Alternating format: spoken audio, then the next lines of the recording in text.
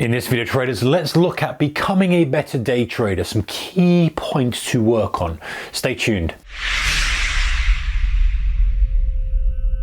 Hey guys, warm welcome to you. Thank you so much for joining me. That was a bit of a jolly kind of hand gesture, wasn't it?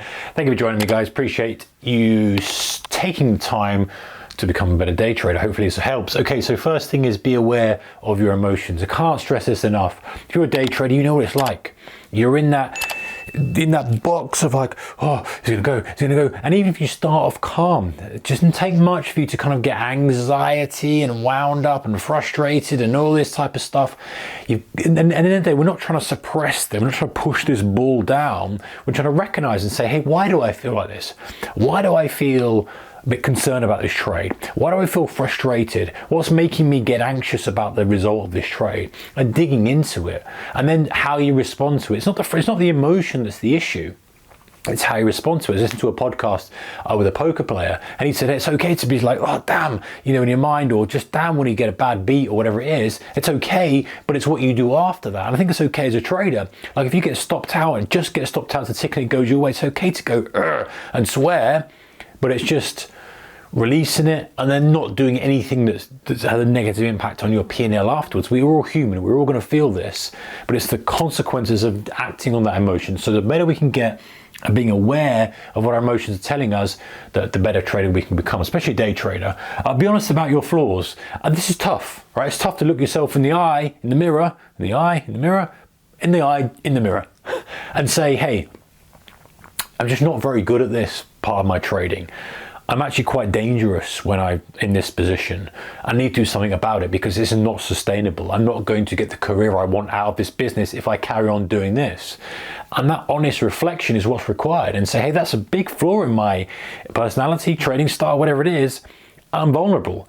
I either avoid myself getting into that situation or I do something about it. And that honesty allows you to not just, forget about it, sweep it under the rug. It's like deal with it head on. Stand there and say, hey, I'm moving forward. I'm going to approach this challenge on the front foot. And I'm going to either go around the challenge or I'm going to deal with it and break it all down. So be honest about your flaws.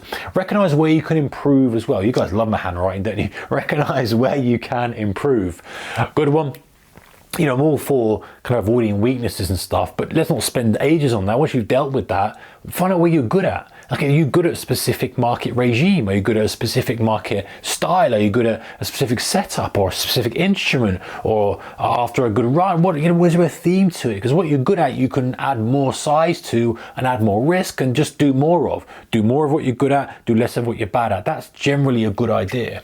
Audit your performance. I don't think enough traders do this, and it doesn't mean going crazy and looking at spreadsheets and all the perfect world. You've got all that data and you're looking at every single nuance. But I know that many traders out there are kind of, I don't want to do that. Just do some audit. Go back and go, hey, how do I perform, long versus short in this environment? How do I perform when I'm holding trades longer? How do I perform on different instruments? How do I perform on the ATR of the day? That's a good one. Like, is it a big, wide range day? Are you better? Are you worse? Just little tweaks like that can really improve your trading. Because very often, it's a real simple one, right? The moment the market is just getting devastated. It's just getting smash. We've had kind of 4 or 5 days of range, but the longs have kind of been smashed to the low side. It spent more time down than it has up, really. I had these little spurts of rallies, but market's weak, right? Market's weak.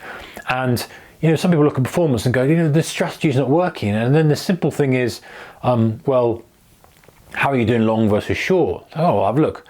Actually, yeah, my longs are the ones that are killing me. Well, there you go. I know it sounds simple and we forget that. And I fall into trap myself sometimes. I fall into trap myself. The other day, I took a trade. It was a long trade. It was a great trade. It was structured well. Everything was fine. I was looking for a much further extension than really the market warranted. The market literally should have been a A to B trade done. You've had a sneaky long and a brutal downtrend. Get out of there. Don't try and be a hero. Don't try and look for extensions. I look for extensions and ended up getting stopped out as it pulled back down against me. So the point is then, how did I adjust? I was like, okay, look, yes, there's some valid long trades, and you might get them, but you're not getting the extensions. Either you take them A to B, or you just look for the short only. And then I went over and kind of translated and said, hey, listen, I'm just gonna look for shorts only, wait for the short, let the long play out, if it happens to be the second part of the day, trade that section.